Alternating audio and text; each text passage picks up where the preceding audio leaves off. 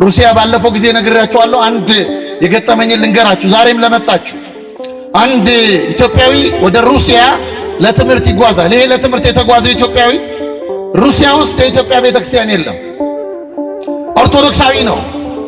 ስለዚህ ሰው ሩሲያ ትምህርት እየተማረ ያለ አንድ ቀን እንደው እንደ ዲፕሬሽን ነገር እንደ ድብርት ተሰማኝ እና እግዚአብሔርን ለማነጋገር ስፍራ አጣው። የኢትዮጵያን ቤተክርስቲያን አጣዋት።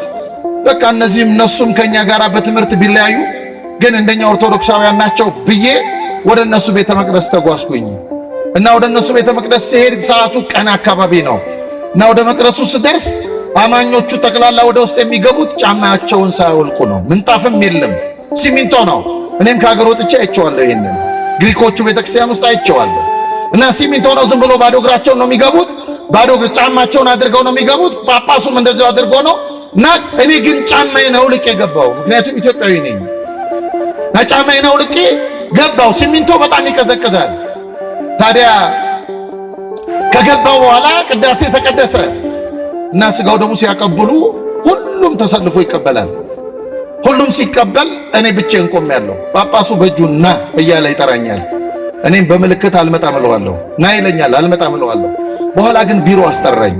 ቢሮ ካስጠራኝ በኋላ ለምንድን ነው ያልቆረብከው ብሎ ጠየቀኝ። አይ እኔ በልቻለሁ፣ የመጣሁት ልጸልይ ነበረ እና በእኔ ሀገር ባህል በልቶ መቁረብ ክልክል ነው አልኩት። ልክ እንዲህ ስለው ኦ ዩ አር ፍሮም ኢትዮጵያ አለኝ። አወቀኝ ወዲያው ጳጳሱ። አንተ ከኢትዮጵያ ነው የመጣው ማለት ነው? አዎ ከኢትዮጵያ ነው የመጣሁት አልኩት። ከዛ በጣም በማዘን አንድ ታሪክ ነገረኝ። እኛም እንደናንተ ነበርን የዛሬ 70 እና 80 ዓመት። እንደናንተ ምንጣፍ ነበረን መቅደሳችን። እንደናንተ ጫማ አውልቀን ነበር ምንገባው መቅደሳችን። እንደናንተ ጾመን ነበር ምንቆርበው። እንዲህ ነበር ህይወታችን። ነገር ግን በኋላ ሶሻሊዝም የሚባል ርዕዮተ ዓለም መጥቶ ትውልዱን በሙሉ በላብን። ቤተክርስቲያኒቱን ባዶ አስቀረብን፣ ባዶ።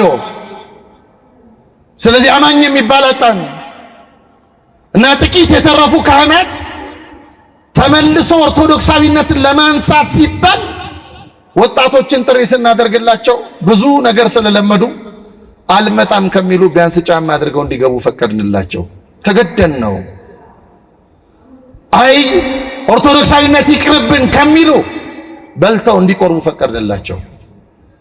እና እናንተም እንዲህ አይነት አደጋ እንዳይገጥማችሁ በየድርሻችሁ ቤተክርስቲያናችሁን አውቃችሁ መጠበቅ ይጠበቅባችኋል።